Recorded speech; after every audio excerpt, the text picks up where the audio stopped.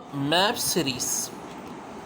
सबसे पहले मैं फ़िनलैंड रशिया के बॉर्डर की बात कर रहा हूँ क्योंकि बहुत हॉट इशू होगा। फ़िनलैंड बन गया है नेटो का मेंबर। ये है फ़िनलैंड, ये है रशिया। तो अब रशिया को इससे क्या ख़तरा है? एक बात बता दूँ, देखो ये जो रशिया है ना, ये रशिया फेडरेशन है। एक ज़माने में रशियन एम्पायर थी, वो इन सबसे बड़ी थी, यूएसएसआर से भी बड़ी, और फिनलैंड भी कभी रशियन एम्पायर का पार्ट था। उसके बाद बनी क्या? यूएसएसआर कम्युनिस्ट 1917 में, 1991 में डिज़ोल्व हो गई और बना रशियन फेडरेशन। ये मुल्क अलग हुए: यूक्रेन, लैटविया, लिथुआनिया, एस्टोनिया और बेलारस। और भी बहुत से हुए हैं, मैं यूरोप की साइड के बता रहा हूँ। और जनाब कौन सा अलग हुआ? मालदोवा। ये सब यूएसएसआर का पार्ट था।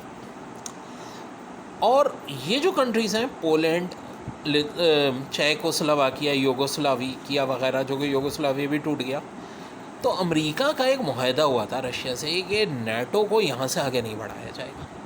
वेस्ट जर्मनी अमेरिका का था, ईस्ट जर्मनी उन्होंने कहा था, ईस्ट तो चलो रशिया ने कहा था जर्मनी में ले लो, नेटो यहाँ नहीं आएगा। और अमेरिका ने मुआहदे की खिलाफ वर्जी की। पोलैंड को भी ले आए, लिथुआनिया, एस्टोनिया, लैटविया, रोमानिया, मालदोविया। तुर्की तो पहले था। हर तरफ से रशिया का ब्लॉकेट करने की कोशिश की गई। ज़ाहिर है रशिया को ये बात पसंद नहीं आई और एक वक्त लग रहा था कि यूक्रेन को भी शामिल कर लिया जाएगा।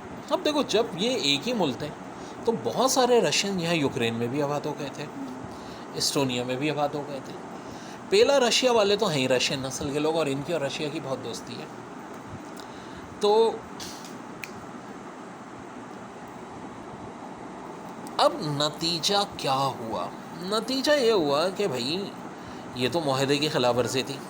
अगर यूक्रेन नेटो का मेंबर बन जाता तो मास्को तो बहुत करीब है। मास्को की तो फिर बचती मसला हो जाता बेलारूस के लिए, क्योंकि इधर पोलैंड नेटो का मेंबर, लिथुआनिया नेटो का मेंबर, लैटविया। बेलारूस जो कि रशिया का सबसे करीबी दोस्त है, चारों तरफ से नहीं तो तीन तरफ से घेरे में आ जाता। तो रशिया बार बार यूक्रेन को वार्निंग दे रहा था कि भाई आप, और अमेरिका को भी, कि एक मुआहदा कर लें कि नेटो का मेंबर कभी यूक्रेन नहीं बनेगा तो हम यूक्रेन पे कभी हमला भी नहीं करेंगे। लेकिन अमेरिका इस मुआहदे से बाज नहीं आ रहा था और अमेरिका ने एक स्टेटस दे दिया यूक्रेन को, जॉर्जिया को। देखो जॉर्जिया कहाँ है? बिल्कुल ही तो रशिया के करीब है, साउथ ओसेकस, कि इनको कभी भी नेटो की मेंबरशिप दी जा सकती है। ये रशिया की सिक्योरिटी के लिए वाकई एक बहुत बड़ा थ्रेट था। और यहाँ देखो, रशिया का इलाका है कैलिनग्राड, जिसको एसएस कहाँ से मिलता है? यहाँ बेलारूस से एक रोड बना हुआ है, लिथुआनिया से गुजरता हुआ, या पोर्ट के ज़रिए। कैलिनग्राड में एक रशिया का बहुत बड़ा असलह का ख़जाना है। क्या क्या है दुनिया को नहीं पता, लेकिन बहुत कुछ है। और दूसरा बड़ा ख़जाना है ये काला पेनिनसुला। जी हाँ, आप बोलें कि जी ब्लैक सी तो ये है, ब्लैक पेनिनसुला भी है। जी हाँ, पेनिनसुला वो कहते हैं कि तीन तरफ समंदर हो। ये ब्लैक पेनिनसुला, कंधा लक्ष्य भी कहते हैं इसको। यहाँ भी रशिया ने क्या क्या रखा हुआ है किसी को नहीं पता। क्योंकि देखो, यहाँ से ये सारा इस कैनेडियन रीजन अटैक हो जाएगा, हॉलैंड हो जाएगा, और कैलिनग्राड से बाकी पूरा यूरोप उड़ाना ज़्यादा आसान है।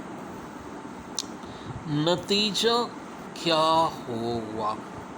नतीजा ये हुआ कि रशिया ने हमला कर दिया यूक्रेन पे।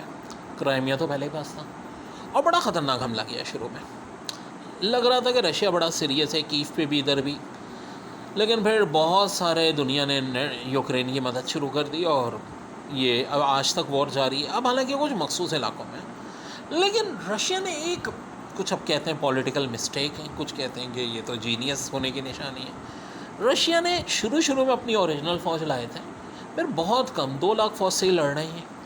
ज़्यादातर इन्होंने किराए के फ़ौजी लिए हुए, वॉगनर, जो कि रशिया के क्रिमिनल्स हैं, या इधर उधर लोग उठाए सीरिया वगैरह से, ठीक है, जिनका बहरहाल कोई ट्रेंड आर्मी नहीं थी वो, ठीक है।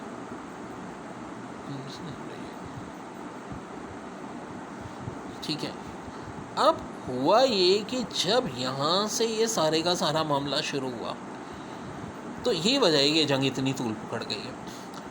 अब कुछ कहते हैं कि रशिया ने बड़ी बेवकूफ़ी की, और बाज़ाहिर ये बात सही भी लगती है, क्योंकि मौके देख के फिनलैंड जब तक न्यूट्रल था और कभी भी नेटो में, उसने नेटो में शमूलियत की दरख्वास्त दी और स्वीडन ने भी दे दी।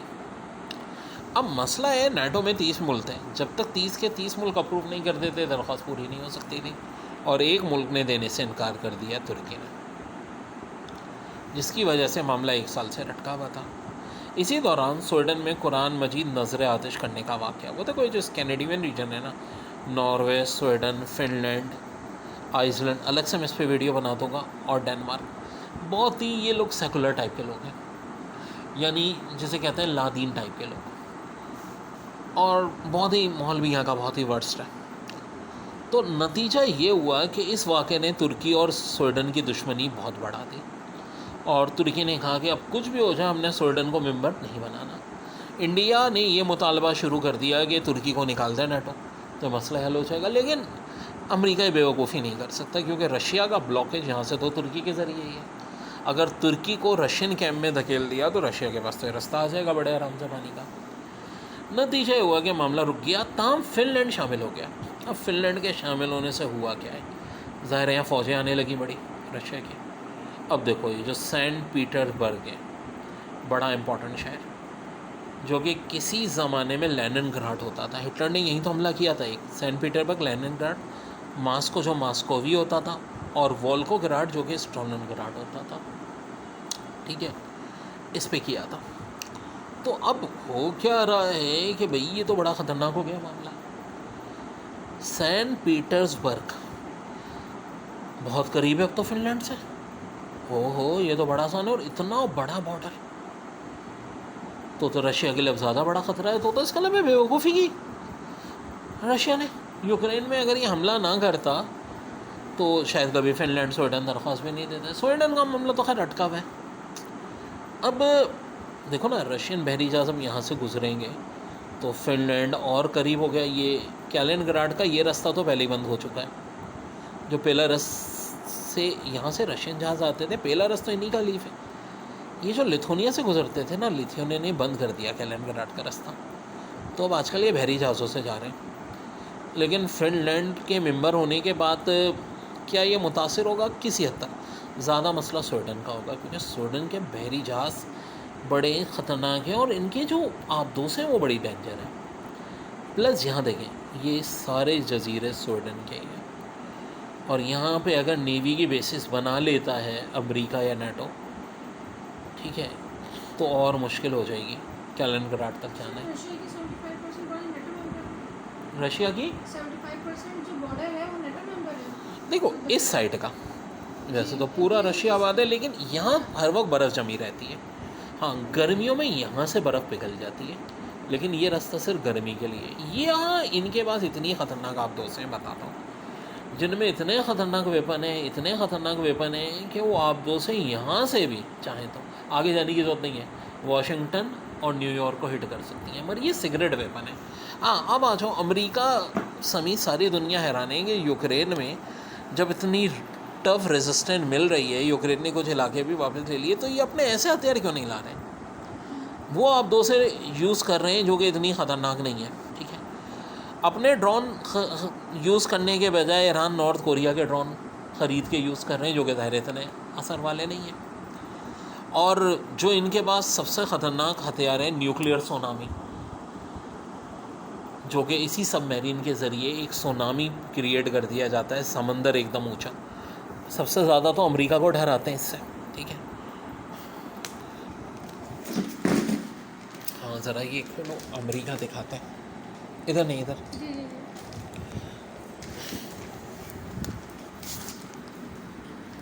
अमेरिका तो गया अगर कभी ये न्यूक्लियर सोनामी यूज़ हुआ। ये देखो भाई, अमेरिका की तरफ तो है ही समंदर। यहाँ देखो, यहाँ से उठेगा एटलांटिक ओशन, यहाँ से उठेगा पैसिफिक ओशन, यूँ करके ख़त्म। प्लस आर्कटिक ओशन उठेगा तो अलास्का भी गया, अलास्का तो पहले ही नहीं खा पाता।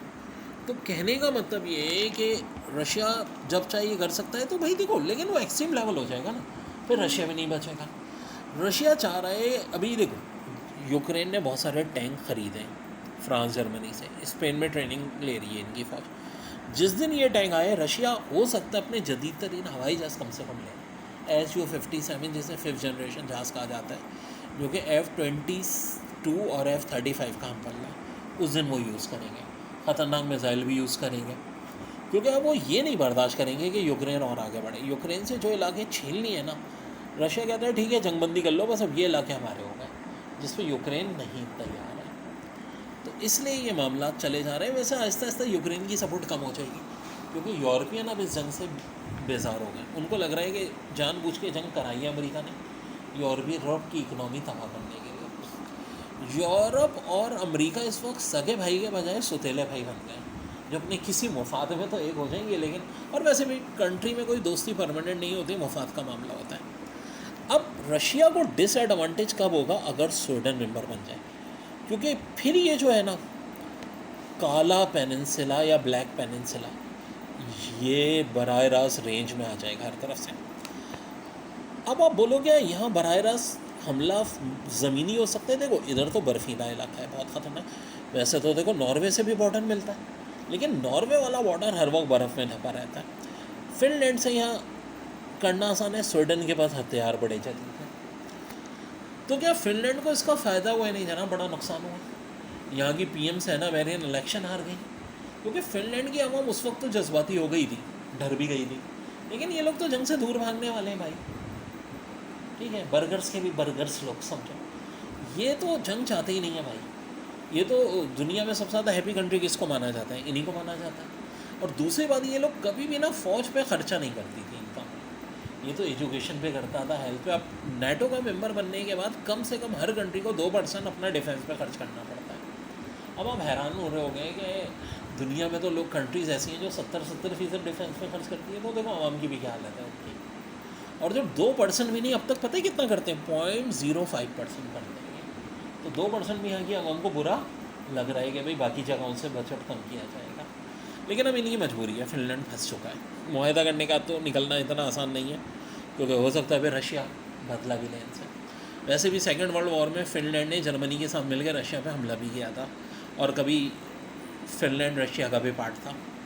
तो ये वैसे ही पुरानी दुश्मनी है। तो ये है यहाँ की ताज़ा